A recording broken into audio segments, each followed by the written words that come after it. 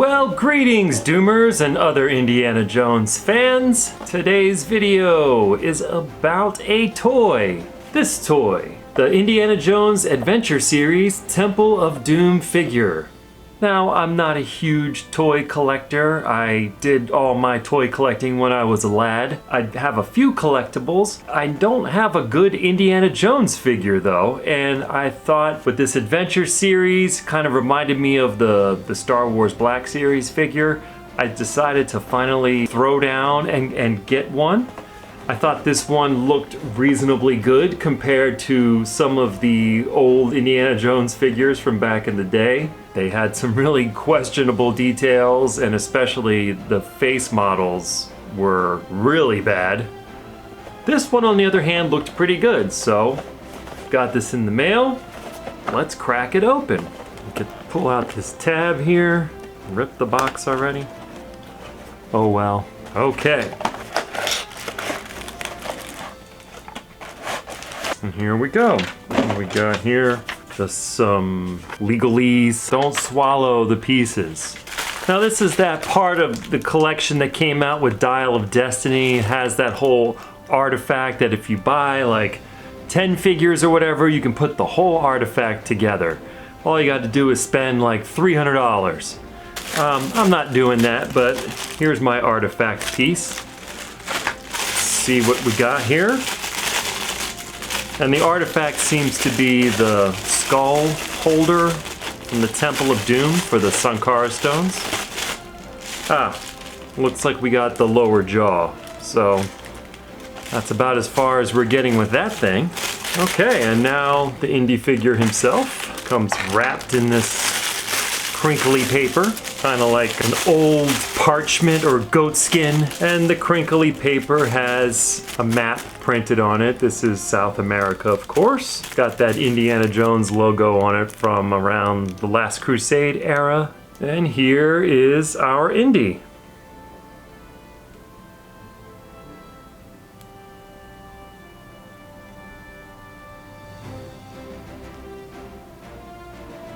He's got his bag. The bag is also detachable. Can probably go right over his head and come right off. Yep, sure can. And we'll put it right back on. Lots of articulation. The knees bend.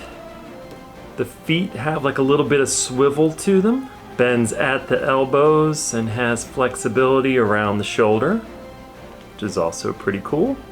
So you can do lots of poses. Turns at the waist, but not all the way around. So he's not like, he doesn't turn freakishly like the Exorcist. I should add his hands turn at the wrist all the way around. Okay, we got a few other accessories in here. Here's his whip. It's not like a firm piece of plastic, but it's not all loose and dangly. Looks like you can kind of shape it how you want it.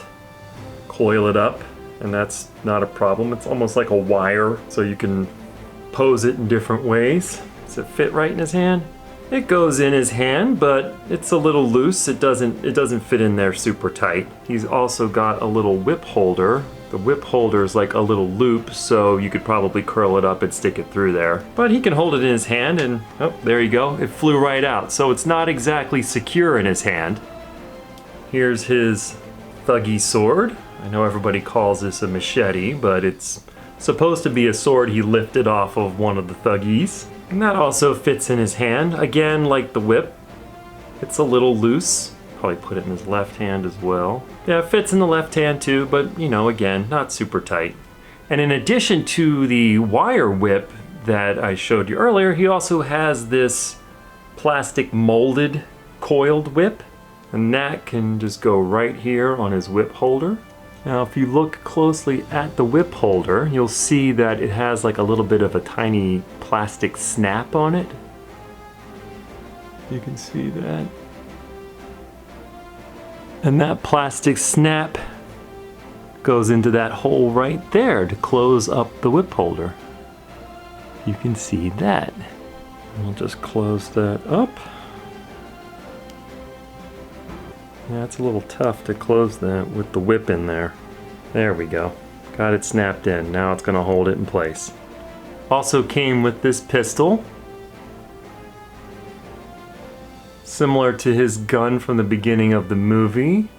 That like police Smith & Wesson, I believe. Of course, Indy doesn't have his gun when he looks like this in Temple of Doom, so not really necessary for this figure, but you know, his holster also has like a similar snap and you can open it up and the gun slides right inside.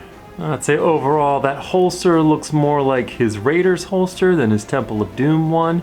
It does have that little snap like his Webley holster does, but the color's a little on the lighter brown side, kind of like the Raiders holster and not black like the Temple of Doom one. I have to say his bag strap similarly is kind of a lighter brown than his actual strap in Temple of Doom, which is very close to black. I will say these little snaps don't stay shut for long. If you play with the thing enough, they tend to pop right back open again, so that's a little irritating, but at this scale, I'm not sure what else they would do. Let's take a look at the hat. Now, I don't have any of these other figures to compare this one to. The hat does have the rather tight front pinch, unlike the Temple of Doom hat, especially in the scenes where Indy looks like this. So I would guess that the hat is probably just the same hat used from some of the other figures and modeled after the Raiders. It has more of that boxy look to it. And now let's take a look at his face. Now that's been a problem with some of the Indy figures in the past, is that the face details have been pretty bad. This one is not too bad. It does look a lot like Harrison Ford. He's got like this weird kind of overbite almost. That's a little strange, but it looks a lot closer to Harrison Ford than some of these other figures they've released over the years. From what I can tell, the hat does not come off. It seems like it's on there to stay, which makes sense. Indy's hat rarely ever comes off, so that's what we like about our hero. I like the details on the figure, the tear in the pants and the rips in the back of the shirt, just like in the movie. That's really nice. Overall, yeah, this is a pretty great figure. Very cool. And something that I will add proudly to my very, very small Indy collection. But as we know, Indiana Jones toys have never been a really big thing out in the world or in the culture. Indiana Jones is kind of like James Bond. Like, people don't want to play with Indiana Jones. They want to be Indiana Jones. And I can say that as a kid, I had all the Star Wars toys one could imagine. I had no Indiana Jones toys because for me it was way more fun to grab one of my dad's belts to use as a whip and one of my mom's purses to use as a satchel and go out in the neighborhood and go on my own adventures. And I kind of feel like that's true now. That's why the toys have never really taken off. I imagine that the market for these toys are probably Gen Xers like myself that are just gonna put them on display somewhere, which is what's gonna happen here. And that's all for now. I wish you all much fortune and glory.